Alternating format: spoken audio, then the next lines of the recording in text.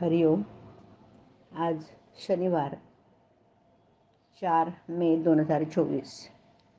सद्गुरू ब्रह्मचैतन्य गोंदवलेकर महाराज यांच्या प्रवचनातून आज आपल्याला सांगतात की सत्संगतीत राहावं.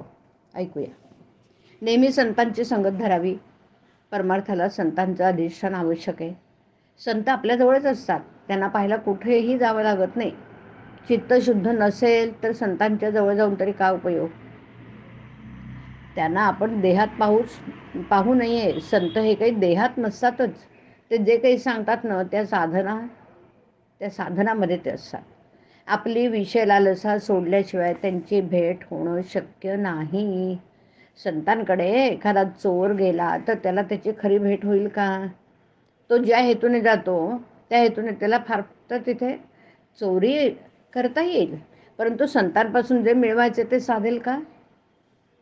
आपण जर चित्त शुद्ध करून गेलो तर आपल्याला त्यांची भेट होणार. आणि भेट झाल्यावर जे त्रिभुवनातही नाही मिळणार ते देतात. एक जण एक संतांकडे नेहमी दर्शनाला येत असे. तिथे इतर मंडळी पण पुष्कळ असत, पण तो कुणाशी बोलत नसे. कुणी काही विचारलं तर उत्तर देत नसे. सदा मुद्रा खिन्न. कुणालाही त्यांच्याशी बोलावं असं वाटत नसे. असे काही दिवस गेले आणि मग पुढे एक दिवशी ते सद्गुरू म्हणाले, माझा तो वेडा कुठे आहे? तो आज का आला नाही? हे त्याने ऐकताच तो आनंदाने उड्या मारायला लागला. आणि जो तिथून गेला तो पुन्हा आलाच नाही. तो कशाला येईल? गुरुने एकदा आपल्याला आपलं म्हणावं हे शिष्याला मिळवायचं असं ते त्या गृहस्थाने ओळखलं आणि म्हणून त्याचं काम झालं. गुरु तुम्ही माझे झाला असे म्हणत असताना सुद्धा तुम्ही ते ओळखत नाही.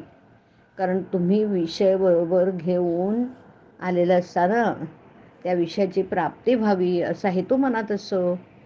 या उलट गुरु तुम्हाला निवृत्ती देतात. निवृत्ती दिल्यावर विषयाची प्राप्ती व्हावी ही आठवणच जाते नाही. जसं तहान लागल्यावर पाणी हवंसं वाटतं, पण तेच पाणी पोटभर प्यायल्यावर नकोसं वाटतं.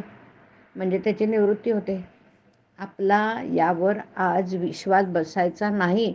पण हा विश्वास बसायला भगवंताचं नामस्मरण केलं पाहिजे ना. नामाने ते कार्य होतं. म्हणून नामस्मरण करीत जावं.